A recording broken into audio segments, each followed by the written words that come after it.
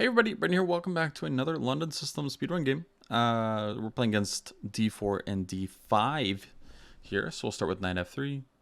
All right, and we get knight c6. So I'll play bishop to f4, and we get e6. Interesting. e6 makes me want to try knight to c3. It really does.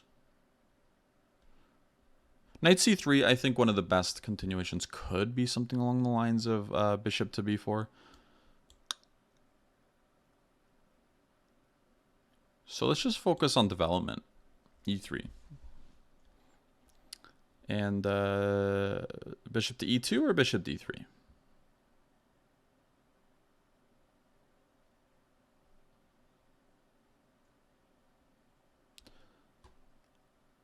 I want to set up a bit of a tricky. I want to play bishop to d3. And the idea is they're probably going to play bishop d6. I imagine that's definitely within the realm of potential here. Knight to b4, I'm not really too concerned of. I can either castle and just let them waste a bunch of time to trade off a piece and get the bishop pair, where I don't think it will really matter too much.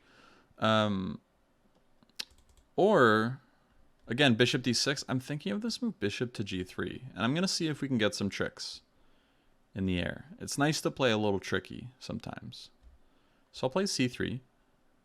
Not really telling them what I'm doing.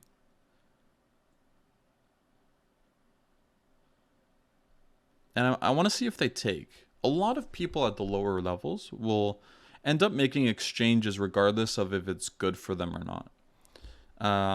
They might be going for e5. Is e5 a good idea or not? Let's see. Takes, knight takes, takes. Rook takes, and then knight to f3. And it looks like they're left with a reasonable position. So they don't want to take on g3 until I castle, and that's great that they're actually waiting. But I want to wait some more. I want to be annoying. I could play knight to e5. I really want to go for some crazy attacks, so I think knight to e5 is the way to go here, followed by f4 if they don't do anything. Bit strange, but the idea is if they take, I'm actually going to take with the pawn and then try to create some sort of kingside attack. It's a bit unusual, but whenever I see these types of positions, I'm inclined to do something a little different every once in a while. Not every time, of course. I think that's bad. But staying creative and staying, trying new things is very important, I think.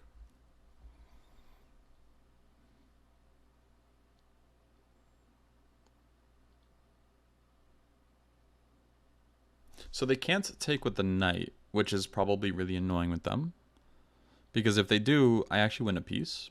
So if they take with the bishop, takes, and then knight d7, I could try f4. f4 looks not actually that bad here, funnily enough. Now let's play f4 ourselves. And we're playing this kind of like a reverse Dutch almost, except with the reverse Dutch, our bishop, or Stonewall, my apologies. Our bishop's actually on a good square already, g3. I'm going to castle. So if they ever take, I can take and I open up the f-file, and I also, attack a bunch of their pieces where they'll have to move around uncomfortably. I like bishop to h4 in a moment's notice, followed by g4, g5. Just going crazy. I just want to go crazy, okay? I want to try it because it could be fun. Okay, bishop h4. Now they can't take no matter what because they'll actually end up losing an exchange here. So g4, g5 is on the agenda. I could try knight to f3 in a moment, but I actually want to play g4, g5 first, because after I play that, then I can look at moves like queen to h6 as well. Also, this knight doesn't really have anywhere comfortable to go. Like, if it goes to e4, I just take it and then win a pawn, right? So, I'm just trying to add as much pressure as I possibly can. G4. I don't think anything's changed here. This rook's not doing anything, so we could play, like, king h1, rook g1, and then the other rook to f1. This long diagonal doesn't look like it's going to open anytime soon, so I don't think that's stupid.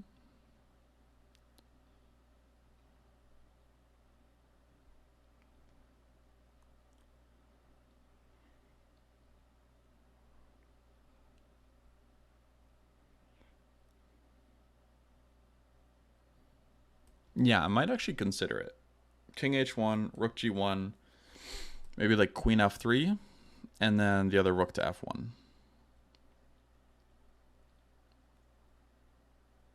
It's very unusual, but I'm having fun. I'm having fun in this game. You don't see this in London that often. At least I don't, because I don't really play the London too much. I have experience against it, a lot of experience against it, but can't say I've seen these positions. So, a6, I could take that. But I think that's kind of irrelevant in the position. So the moves I'm actually considering are g5, king h1, rook g1, as well as queen f3. Like, this a6 doesn't really feel like it does anything. So I'm just going to play king h1.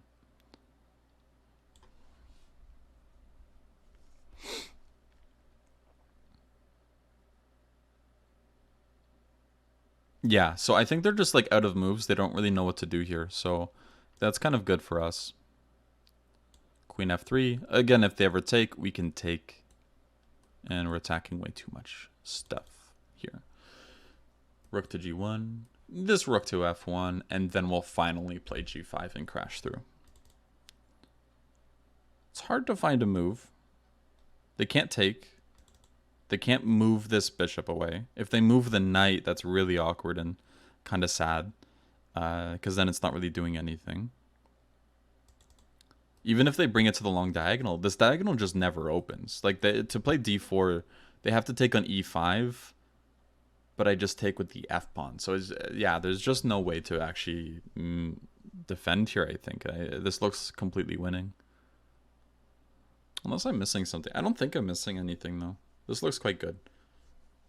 And that's why I wasn't greedy with taking the a pawn, because, like, if I just build up with my plan of rook g1, get the other rook into the game, I just want all my pieces in the game first. I think that's never really a bad idea. This knight on d2 could be a little bit better, but I don't really need it, I don't think. So again, even still, this guy's hanging, so not really concerned. I could also just play g5 immediately.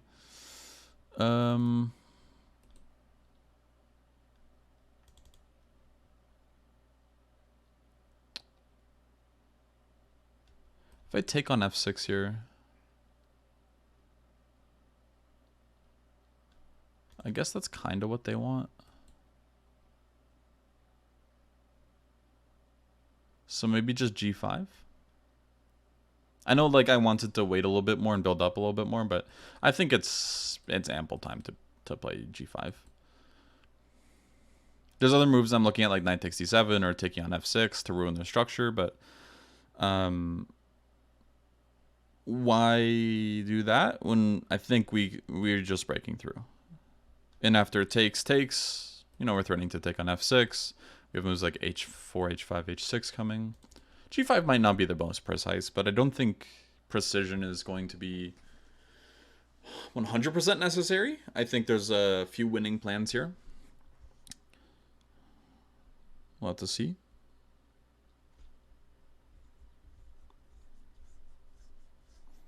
Anytime knight to h7 is played, or even this move, we can just take it. I like taking it. Do I take it with the queen after? Or with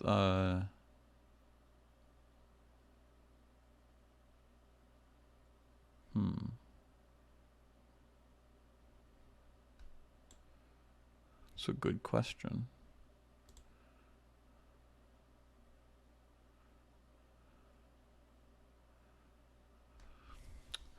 trying to look for those knockout blows. So knight takes, pawn takes, and then queen takes, threatening checkmate. If f5, we can take en passant. We're still threatening checkmate, so that's going to win on the spot. After knight takes, pawn takes, queen takes, there's g6. Knight takes g6, pawn takes g6, queen takes g6. There's queen g7. We can end up trading, taking, and then taking on d8, but it feels like we have more. We could also go takes, g6, and then we go rook to g1, because they're not in time with anything like knight takes e5. No, they're not, because anytime they try something like that, we can just play pawn takes, and they don't have bishop to c6, which is actually really important. So I think we can just take on e4 here, and then take with the queen, which is kind of funny. And we're not worried about anything like this because we have checkmate. So they have to deal with the checkmate first. We'll have to see afterwards if there's any other better way to deal with this, but I don't feel too bad about this position. And yeah, checkmate. Good stuff. So let's look at the analysis. I'm trying to see where maybe potential mess ups occurred. Bishop d3, bishop d6, bishop d3.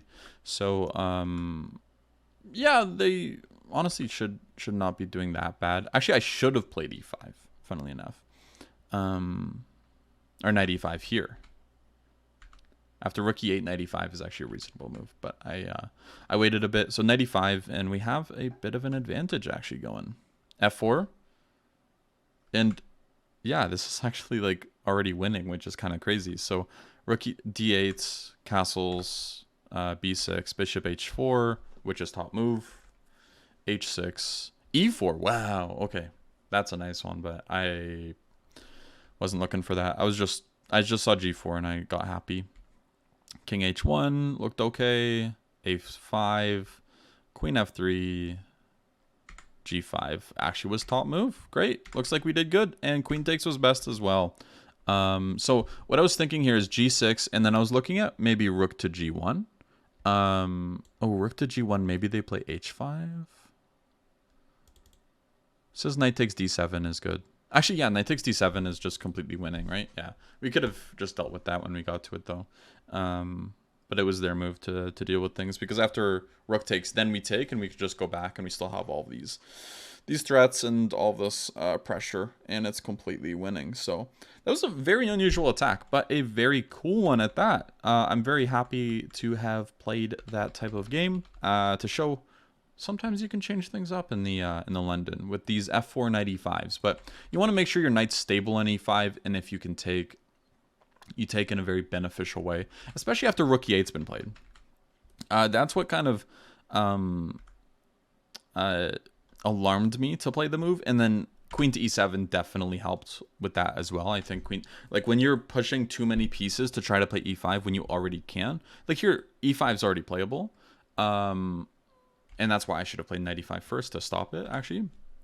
But when you play something like queen e7, it's saying, yeah, you're going to play e5, 100%. And that's when you just stop it.